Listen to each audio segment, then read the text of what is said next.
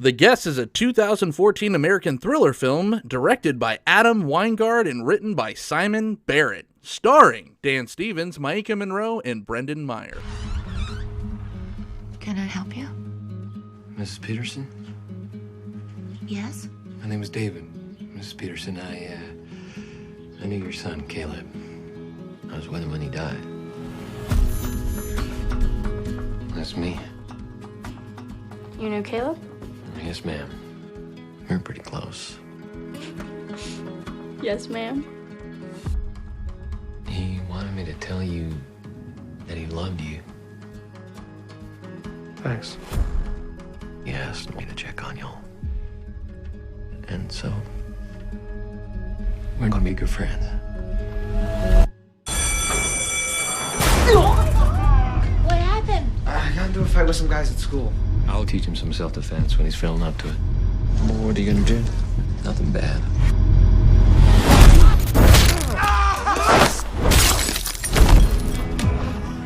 For the damages. Never let anyone pick on you. Here, you keep it. Miss Peterson, are you sure you're comfortable with me staying here? I think it could be a good thing for us. You know, I promised Caleb I would do anything I could to help your family. But I'm afraid I haven't been fully honest with you.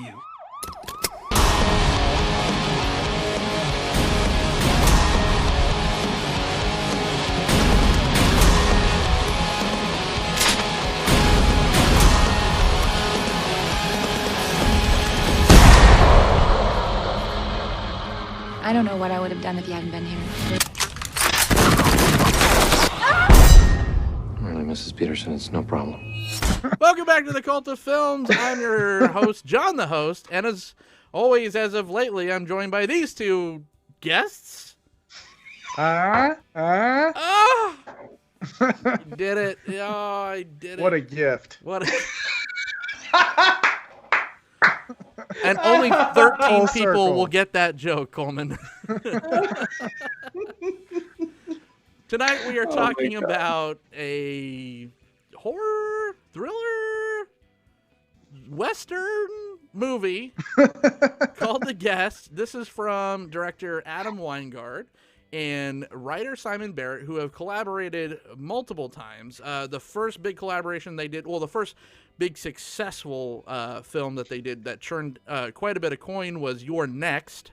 And then they got signed on to do the new Blair Witch Project, kind of like reboot revival. So they actually signed on to do that.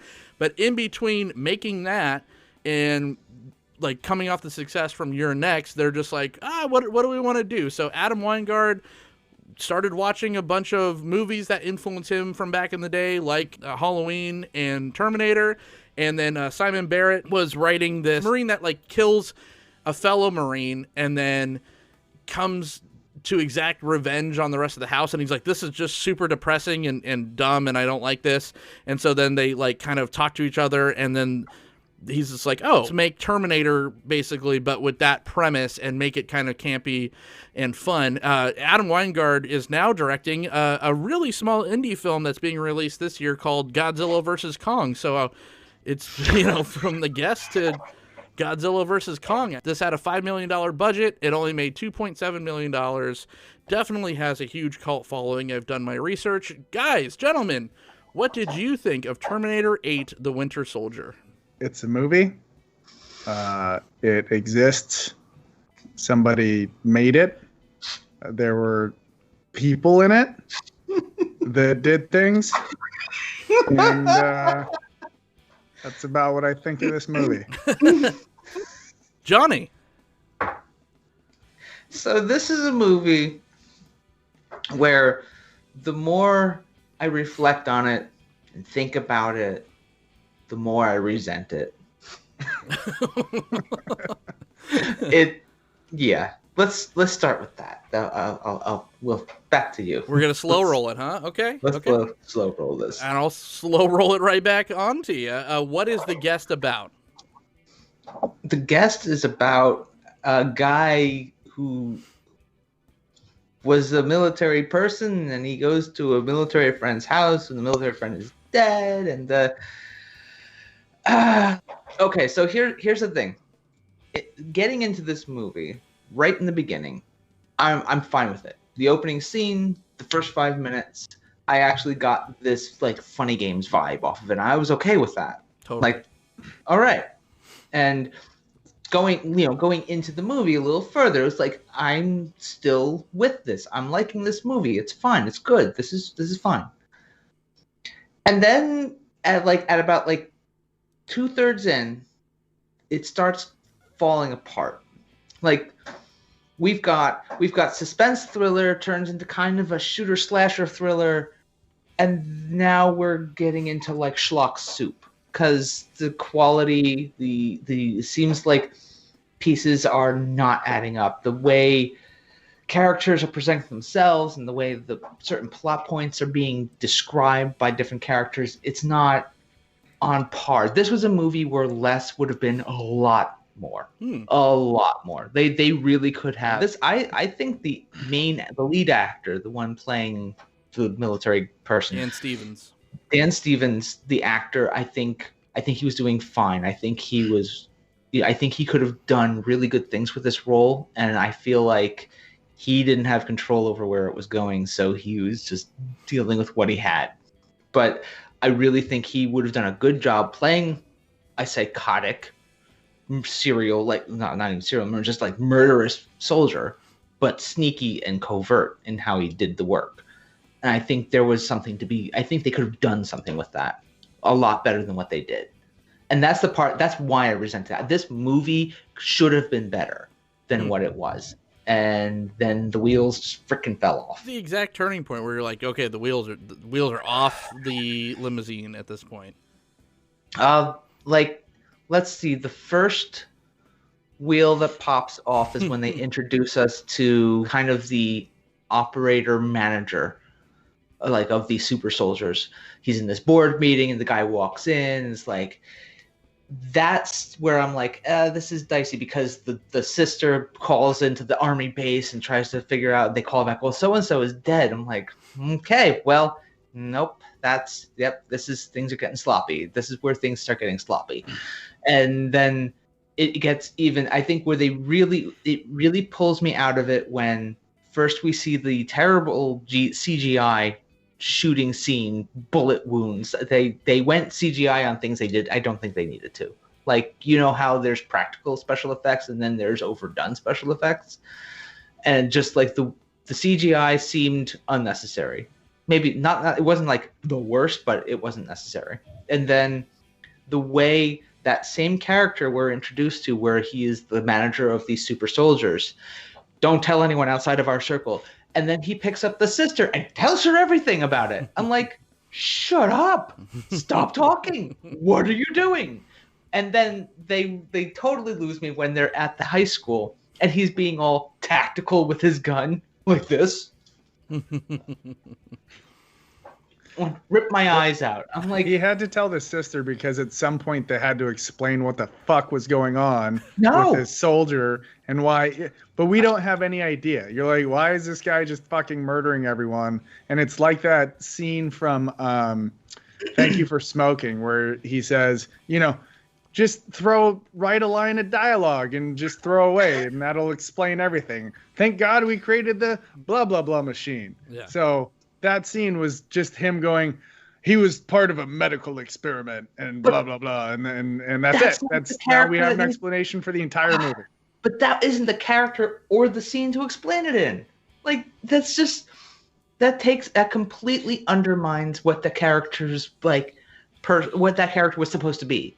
If anything, that character, we should have been wondering if he was going to kill the sister as well, because he's tying up loose ends. Like, that would have been, and that didn't have to be said. I don't think they gave the audience credit, acted as if the audience couldn't figure things out, and I think they should have given us that space to look at what was going on, to not over-explain things, and let us piece the puzzle together, because it could have been a psychological thriller mystery kind of movie.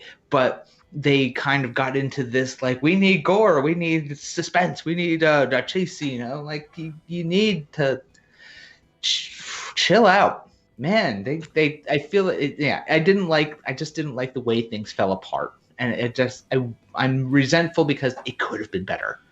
That's my feeling. So on this movie. resentful. A lot of resentment. Yeah. So much resentment. I loathe this movie. Lots of sweat on that brow. This is the type of film that makes me excited to do this show. This is so my jam. I fucking love this movie. This is probably top 5 movies that we've talked about on this show. What a roller coaster. It's so good.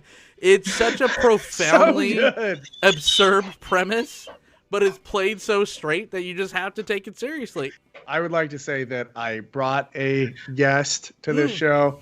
I got Bropocalypse. Because I imagine people that like this movie sitting around and going, bro, did you see the scene where he snapped the ankle, bro? Yeah, bro. Did you see when he shot him in the head, bro? So good, bro. So fucking good. It's a complete throwback film. It feels like it's 80s, probably because of the score. But it kind of feels, this was like precursor to like Stranger Things too. But it's not an 80s film. It just feels like it pays homage to those influences that Weingart and Simon Barrett were really into, like Terminator and like Halloween.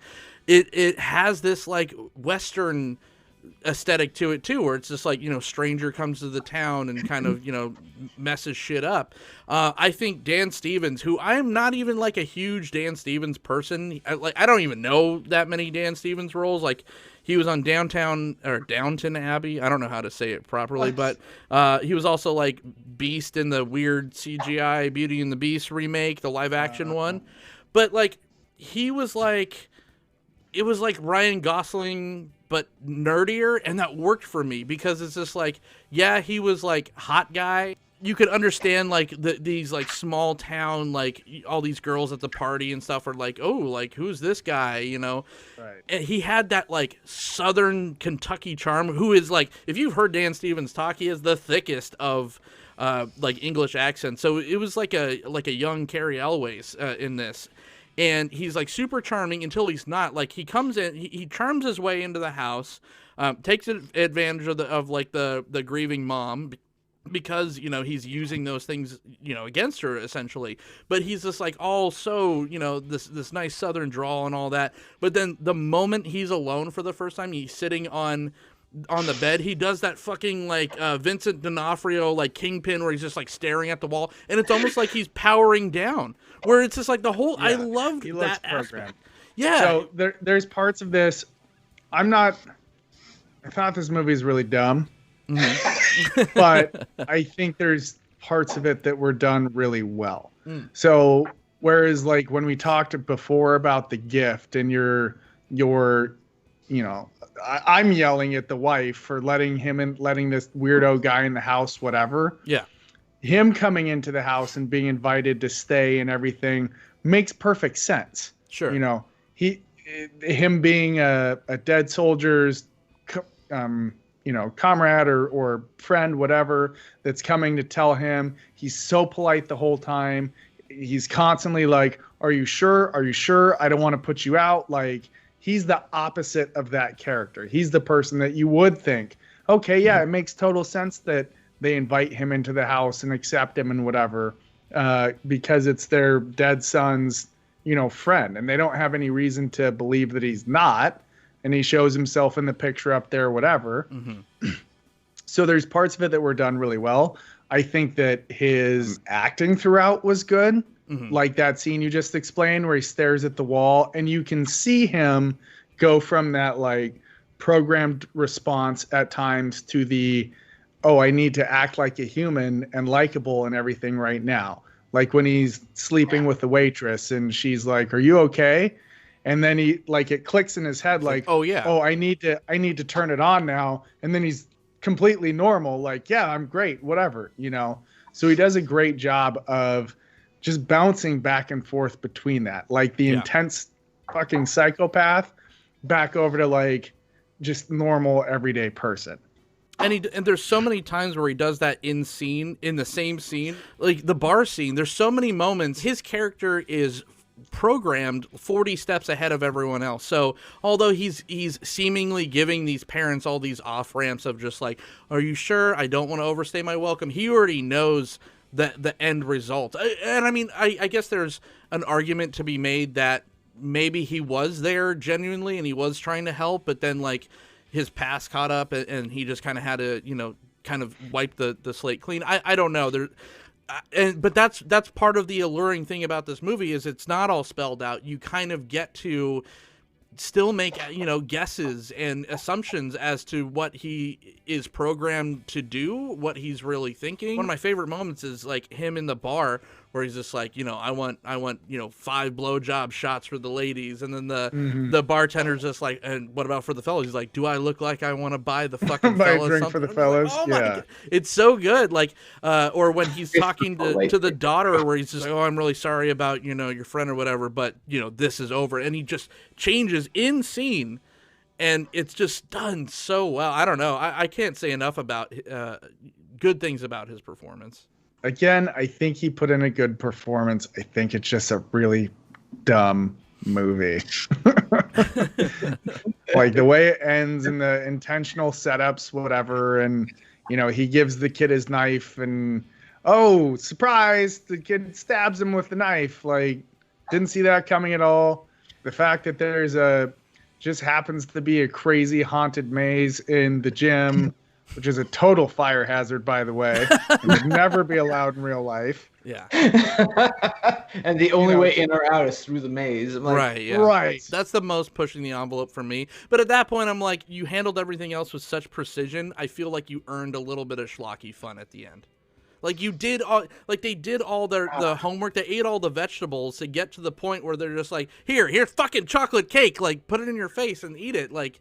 And I'm like, cool. Now we're just really in a slasher. They had like zero shame at the end. He literally does the Arnold thumbs up when the kid stabs him. It's like, okay, but it's so dumb. It's so dumb. It's so good. And then the other characters they put in this movie, they're characters like there was 2 or 3 specifically that you always recognize them from that one thing. And they're that one character, and it's so hard to take him out for me. 3. So Leland Orser, the guy that plays the dad, all I can see him is, and even in his mannerisms in this, all I can see him is in 7. Yes. You know, going, man, he made me fuck her, and I fucked her. Yeah. Yeah. That was him? Yeah. Oh my God. That's all I can see. Joel David Moore, all I can see him is JP from Grandma's Boy, where he's the weird, like, robot guy, and Ethan Embry playing Higgins. Like, all I can see is, like, join the band, Mark, from Empire Records. Yeah. Or as Russ from Vacation. Like, I just see these characters, and it immediately takes me out of the movie because they're such a ridiculous character in another movie, and that's all I can see. Leland Orser, though, is so funny in this. And watch a couple interviews with Weingart and Barrett, and they think that all of this is funny. They wrote this as basically a comedy, and where you get to, like, even though you're seeing horrific things, but like Leland Orser's character, who's just constantly needing a beer, was just making me like fucking roll, man. Like every time he's like, I'm gonna have a beer before dinner. You want one? No? Okay. And like, I need a drink. The next thing you see is like 10 beers lined up. Well, yeah, and he flips from, what do you know, maybe he's got the PTSD or something, to him like telling the guy all about his boss and like his entire fucking life that night. So great. And then when comes back to the boss committed suicide, I'm like, you have an awful lot of details. Who did you hear? It's like, do the cops just tell everyone in town what's going on a murder investigation? Just whatever, right? Small talk, maybe small town, like, New Mexico. It's just like there's so many details coming out of this. Oh God, they found pills and she was all bruised up. And I'm like, why do you know all of this? Okay, so maybe it was supposed to be a schlock film, and maybe I'm wrong and should have just been like, oh, it's just campy schlock. I can breathe now. But I couldn't, because the setup, I thought, had so much more potential. Well, no. I'm still resentful. Well, no, it's a schlock film, but played straight. So it does. You're just like it is a really strange tone that it tries to play with, because you're like, am I supposed to be laughing at it or laughing with it? And that's why I think a lot of people didn't like it. Like, the people that love this love it, and the people that don't really like it hate it. And I get that, because it is uneven. But for me, I'm in. And just before we stop talking about the actors, everything I see Maika Monroe in lately is just so good. She's just one of those, like, really good, like, new age like scream queens now.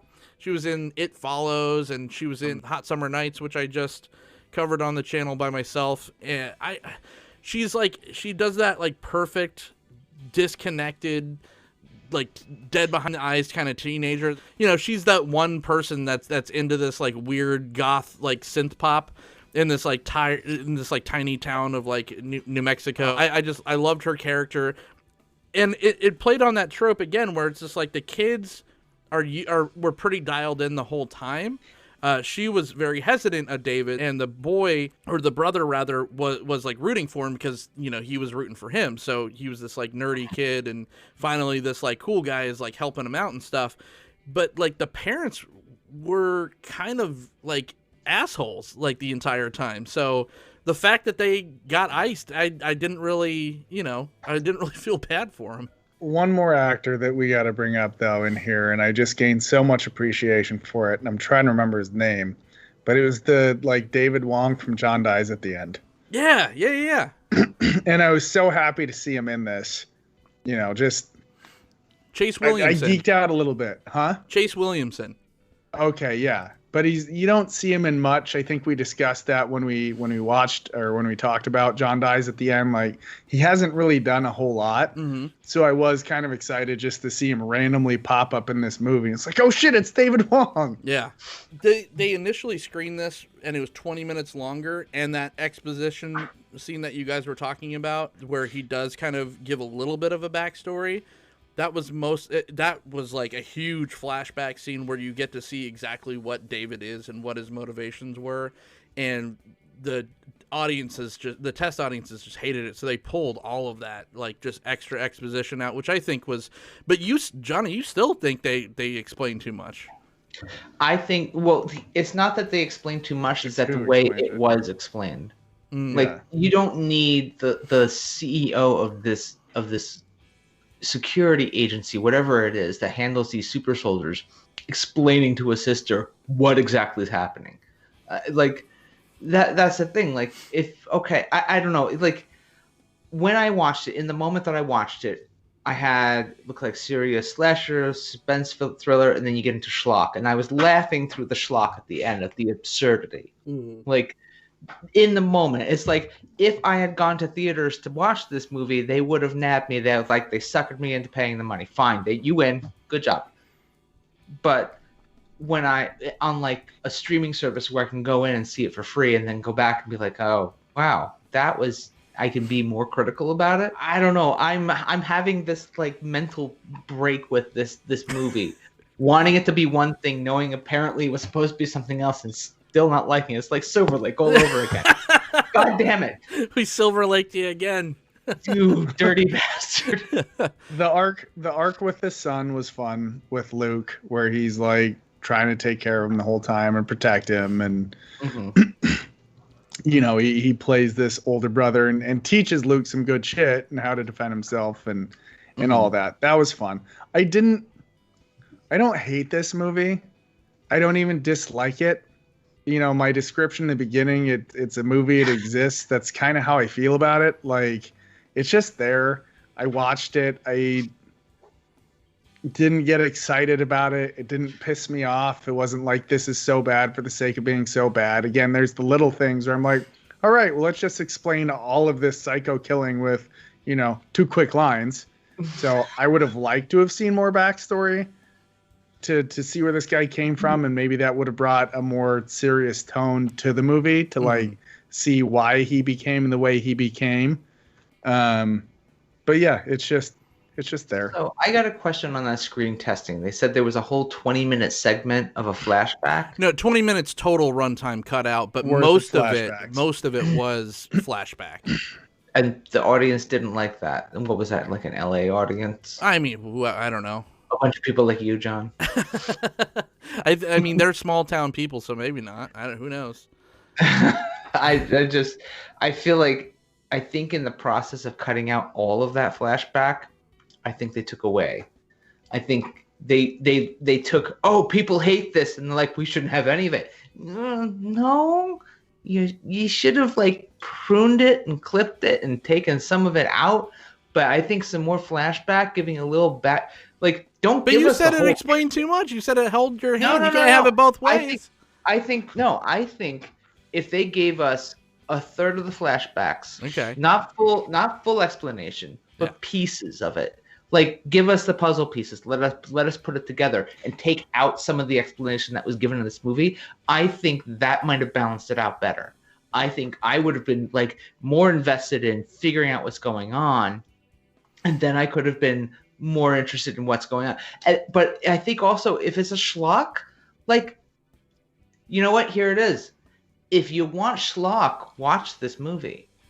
If you need some kind of like masterful suspense thriller, no, don't go there. That I think that know it for what it is. It is schlock.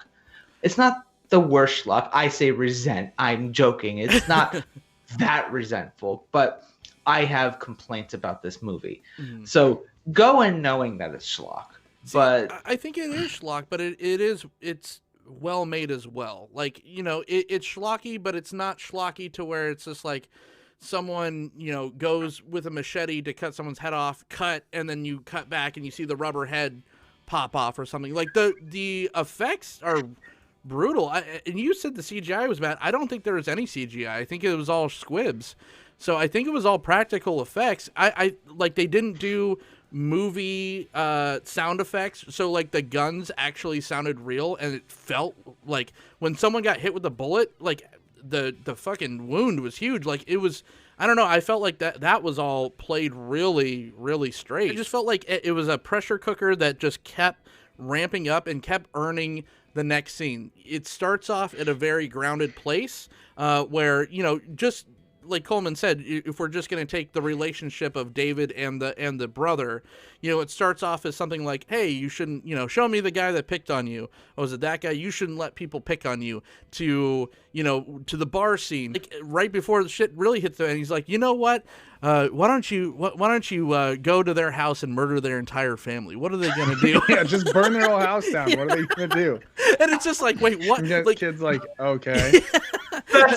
I'd like to point out just a dumb scene, because the one kid with his like jaw that's broken or whatever comes and starts picking on the kid again. Yeah. After he got the shit kicked out of him in a bar and snapped his friend's ankle and everything else. Why would you fuck with that kid anymore? Yeah, seriously. How dumb are you? They come around like, oh, what's up, pussy? Yeah. oh, your bodyguard's not here now. Hits him with a yardstick. I'm like, ha, goal! Yeah. That was a fun scene. I enjoyed that. And even that scene when David's playing you know, lawyer with the principal, and by the end of it the principal's just totally sweaty. He's just like, who the hell are you?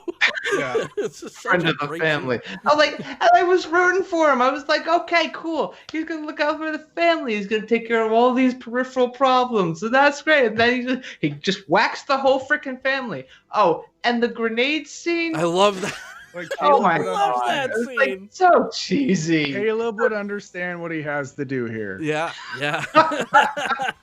Yeah, exactly. Well, and I think it almost winks at the audience sometimes, because when like all the bullets are flying and the mom's like sitting there in the kitchen and she's like, tell me what's going on or whatever, and he's like starts to, and he's like, you know what? That's gonna take too long, and then he just kills her. I'm like, that was to the audience more so than the mom. Well, she also starts screaming, he's in here, Yeah. while he's holding a knife and she's looking at it.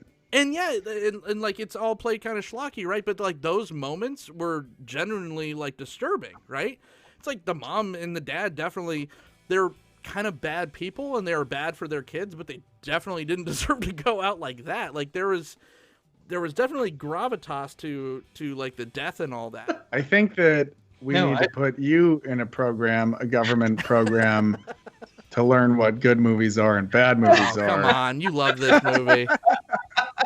I feel like this is another one like, and I feel like that's a cop-out, because if you tell people, oh, if you didn't like it, then go watch it again, because if you're a good movie, if you're a truly good movie, then you should just enjoy it from the first time. But I definitely think, Johnny, on second review, this might, knowing the scope and all that, I don't know, you might enjoy it more. I may be more inclined to give this a second shot than Under the Silver Lake. I said I'd do that, but I'm never going to do that. It's the king of the homeless. So, like, yeah, I would say, like, I guess I saw it starting as one thing and was hoping it would stay there, and it ended up being something else. Like, I ordered filet mignon, but I got a Taco Bell burrito. I mean, and you still fucking ate it, though. I'm the worst. I don't. One more thing is the musical score in this is so good. I love. That was fun. Love the moody synth pop. The music was like funky. It was. Yeah, the synth pop. Like, where is this coming from? Where is this? It's not LA. It's definitely Midwest. What? Well, it's New Mexico, but like I said, I think it's all kind of from her perspective, because she's just like, she's that one girl that's just like doesn't like what, the situation she's in, but she doesn't want to leave, because her family just went through trauma, so she's kind of just stuck. And I don't know. Yeah, I've known people like that. I've lived in little towns and stuff, so you kind of get all that filtered through her perspective, where he's even just like, yeah, I really liked it. And even like a tender moment like that, where he's just like, I really like this song. She's like, really? Okay, whatever, Kentucky Fried Chicken. And then she's like, oh, I guess I'll make you a mixtape. And then he turns that into something menacing later. I'm like, oh, so good.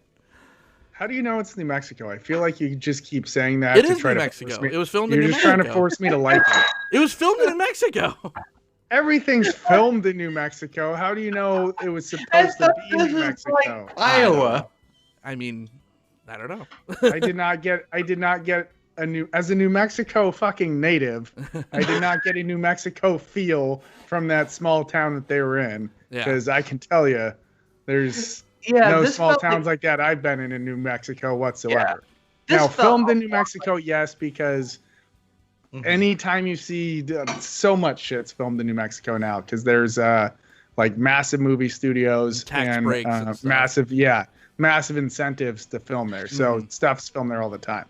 It felt like flyover state to me. It looks like Breaking Bad.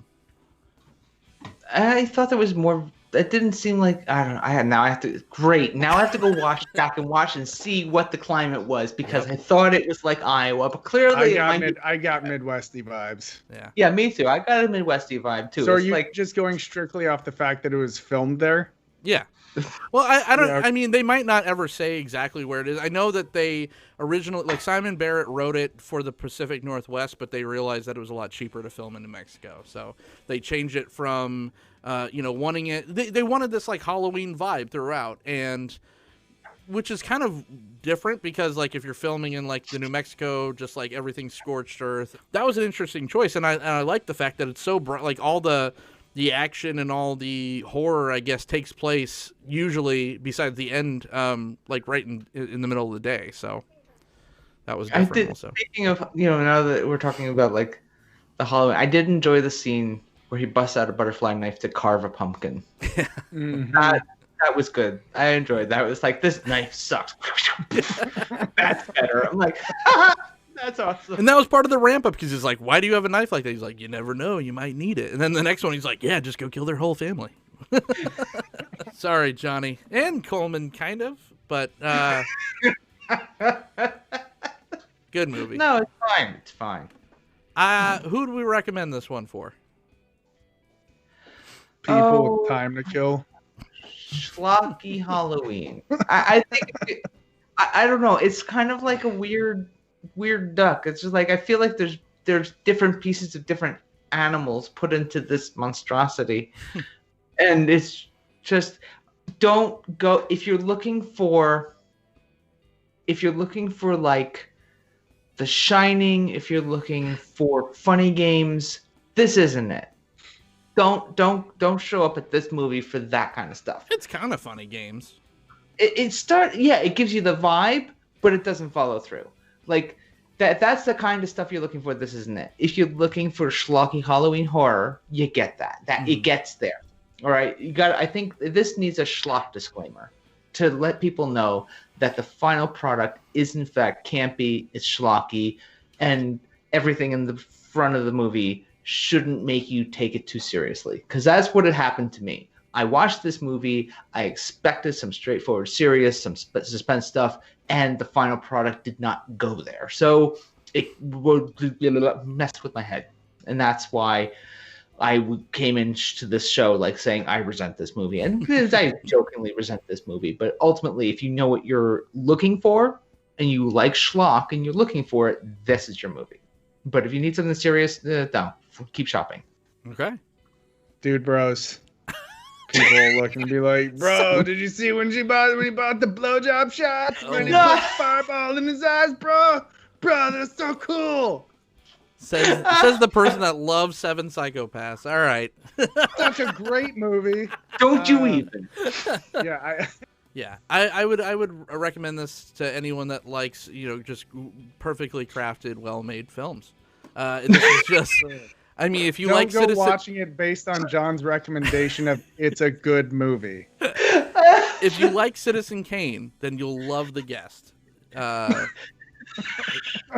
think that's all that needs to be said, really. If you love Driving Miss Daisy, yes, you'll love The Guest. The Guest. If you wanted to see Driving Miss Daisy being driven into a fucking tree, then maybe this is your jam. Oh, if you enjoyed RV, you'll love The Guest. That is our talk about The Guest. I just love this movie to death. You could listen to this in podcast form also on Spotify and iTunes. Leave us ratings there. Tell us what you think about The Guest down below. Are you on team these guys or team smart guy right here? Because you all know what's up with this movie. Now let us know down below what you guys and gals think of The Guest. I'm at John the host. You can follow this at the Cult of Films. Coleman, where can everyone find you? Find me at Coleman Yeti on Instagram and Twitter, and on the YouTube channel 2 Bananas Adventures, and occasionally here on the Cult of Films. All right, I'm getting a kitty.